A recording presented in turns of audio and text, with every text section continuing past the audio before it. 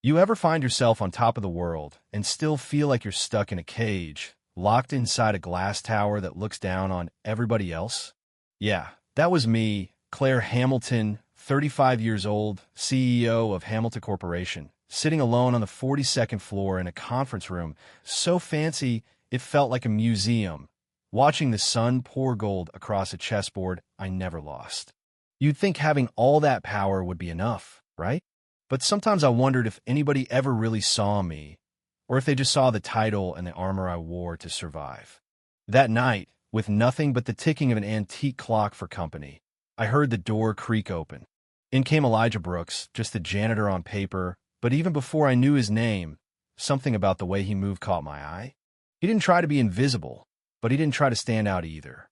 Calm, steady, just doing his job, the kind of man nobody in this building bothered to notice. Except tonight, he stopped and looked at my chessboard, like it was a puzzle he already knew the answer to. Maybe I was bored, maybe just reckless, but I shot him a cocky grin and said, "If you beat me at chess, I'll marry you." The words just spilled out part joke, part dare, honestly, just trying to shake off the loneliness for a second. But Elijah, he didn't flinch, didn't even crack a smile. He met my gaze, all quiet strength, and said, "I play for real." You know that feeling when somebody calls your bluff, and suddenly you realize you're the one on the spot? That's how it felt. He slid into the chair opposite me like he belonged there. All the power and money in the room didn't faze him one bit. He looked down at the board, studied the pieces, and, in that low, steady voice of his, told me my favorite opening before I'd even moved a piece. "Queen's Gambit, huh? You like to control the center." I swear, nobody's ever seen through me like that. My heart skipped. I'm not used to being surprised. I told him, "Let's see what you've got." And we started to play, just the two of us, high up over the city as night swallowed the last of the sun. You'd never guess Elijah's story from the uniform. Most folks never ask. But as we played, I started to see little flashes of who he really was. His hands were strong, sure not rough, but practiced like he'd spent his whole life mastering the smallest movements. And while I was sizing him up, thinking about all the times I destroyed men twice his rank across this table, I felt this crazy thing, curiosity, maybe even hope. Like maybe this game would matter more than all the deals and negotiations I'd ever done. And Elijah, he'd once been a rising chess prodigy, a kid the papers called the next Bobby Fischer, destined for greatness. But his life had turned hard, real hard. His wife died young, cancer that took her in less than a year. He walked away from the game, became a single dad to his little girl, Mia, who struggled just to breathe every morning, asthma, so bad the doctors told him not to hope for much. You know what I mean? Life forces you to make choices that nobody else understands. He took this janitor job for the health insurance, gave up the spotlight so Mia could get the meds she needed. Every night he'd cook her dinner, tell her stories, sit by her bed until she drifted off to sleep. All that love, all that sacrifice, and nobody in this building ever even learned his name. So that night, playing chess with me, Elijah wasn't just trying to win. He was proving something to himself, and maybe to the world, that what he'd given up wasn't who he was. He was more than the job, more than the uniform. And with every move, he reminded me there's a whole other world outside the corner office. The game was electric, moves coming fast, my mind racing, and still, for the first time in forever, I was enjoying myself. But Elijah, he never lost focus. By the 10th move, I realized he'd lured me into a trap I couldn't escape.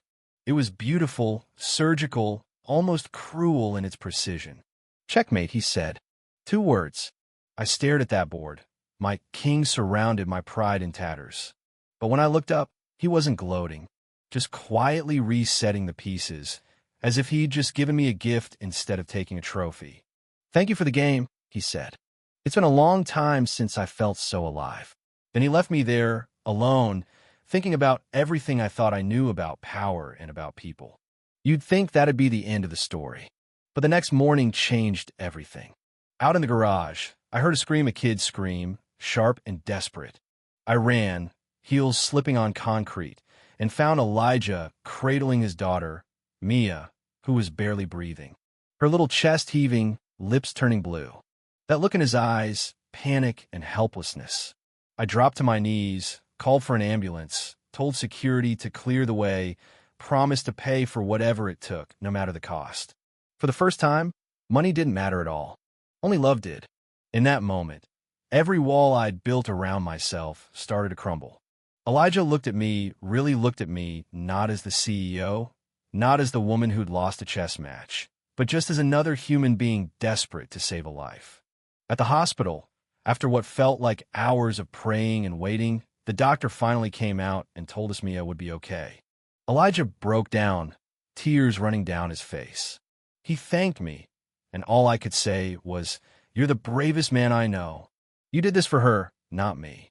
After that, we started seeing each other around the building not by accident. Our talks grew longer, deeper.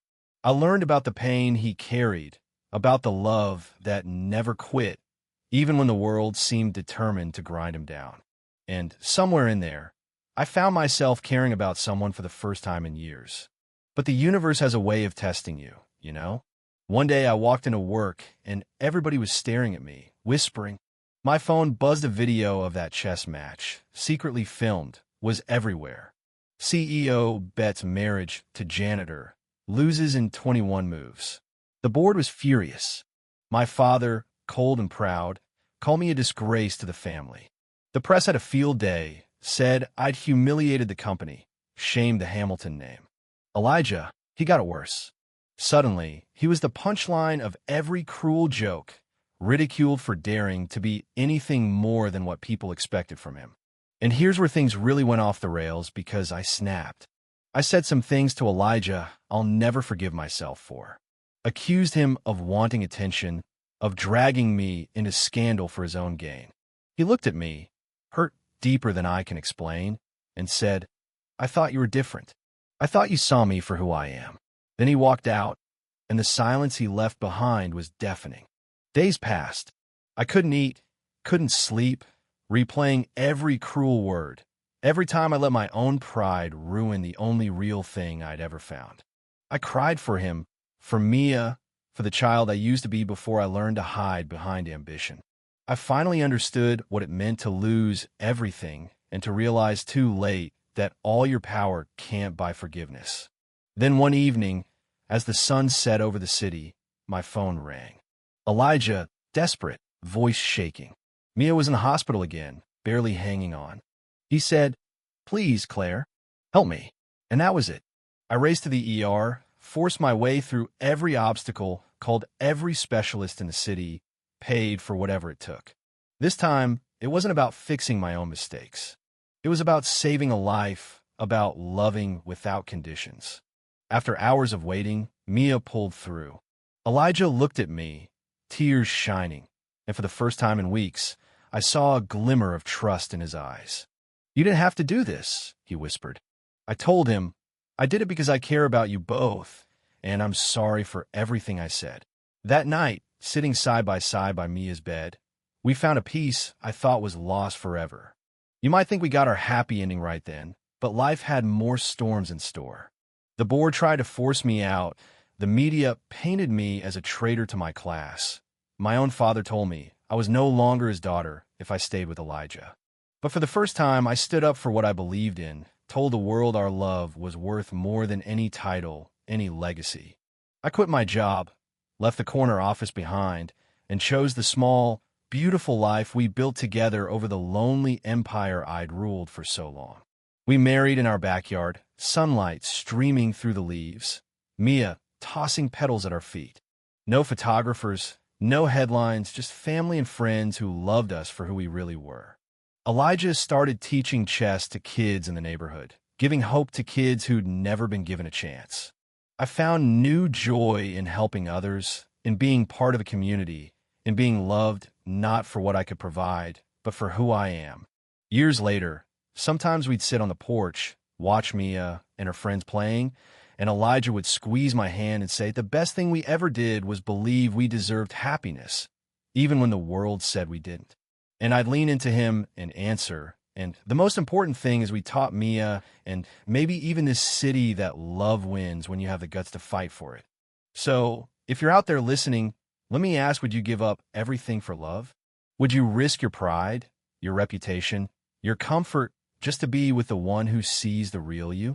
Yeah, that happened to me, and I wouldn't change a thing. Drop your thoughts below, share your own stories, and if you believe love matters more than status, let's talk about it. Like, share, and subscribe if you want more stories that remind us what's worth fighting for. Thanks for listening for real.